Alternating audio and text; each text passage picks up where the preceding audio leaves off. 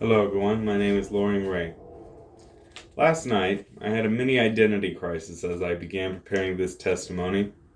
The question that I had on my mind is one that we all ask ourselves at one point or another in our lives. Who am I? Last night I came to the conclusion that I am, in and of myself, a pile of rotting flesh somewhere between life and death.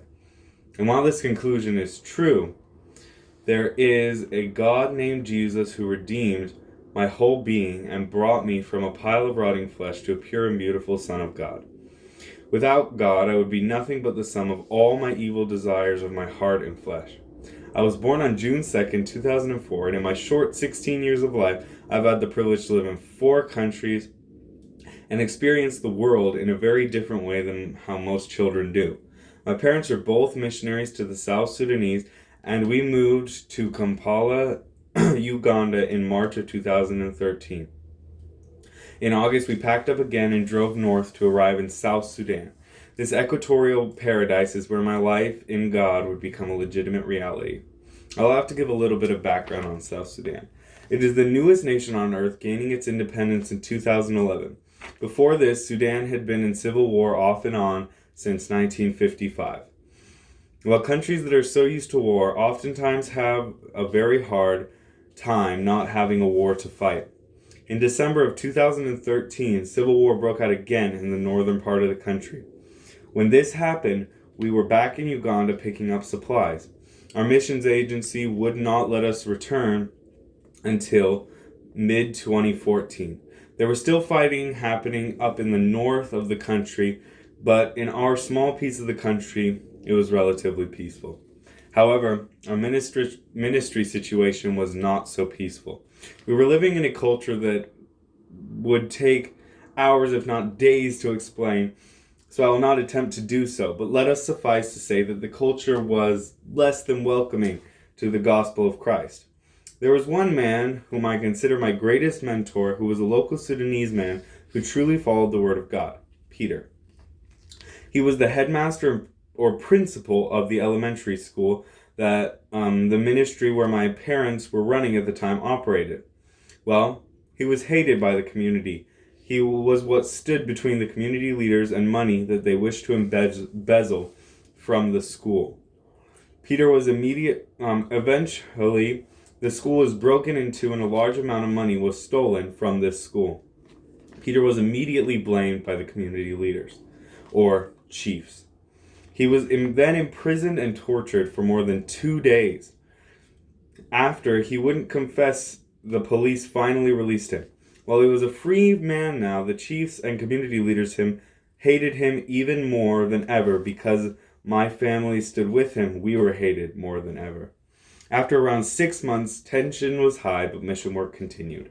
After a while, however, there was just more and more drama. Death threats were made publicly to both Peter and my parents, and so American leadership came to Sudan to see what was going on. While these men had no ill intent, they did not have a very thorough understanding of the situation, which was extremely complex. They came for 3 days and had a series of meetings over the 3 days to decide what should be done. They pronounced that my parents would either fire Peter from the school or they would fire my parents. My dad said, "Don't bother, I quit." That evening, my parents called a family meeting, and my 5 siblings and I all sat down in our tiny living room, and they told us the news that we would have to move away from our home in Marobo, South Sudan, and that we would no longer be working in Marobo with that ministry. This news hit me like a sucker punch to the gut. South Sudan was the first place I truly felt at home, and now I had to leave and move again.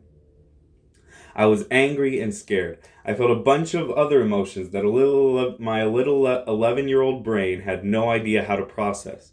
The next day, those three same American leaders headed back to Uganda. The next day in the evening, we received news that these same 3 men were driving down a hill and their car lost its brakes and drove off of a 90-foot cliff. All of them died. This was a time in my life where I felt broken, confused, and hurt. We had to drive over 700 miles that night from South Sudan all the way down to Kampala, Uganda, for the funeral of these 3 same guys who had just fired my father.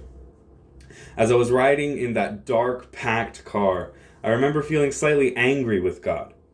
Why did we have to get fired? Why did these men have to die? Why did everyone hate Peter so much?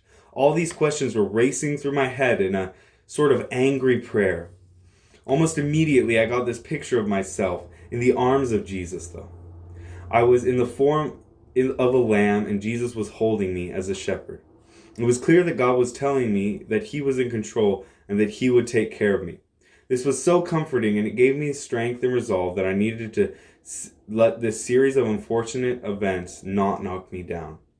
I know that many of us can run into big issues, but all we need to do is find comfort in something that we truly believe in and hold to that, so that we can find solace in that and don't fall into depression and anxiety and all different problems that plague our society.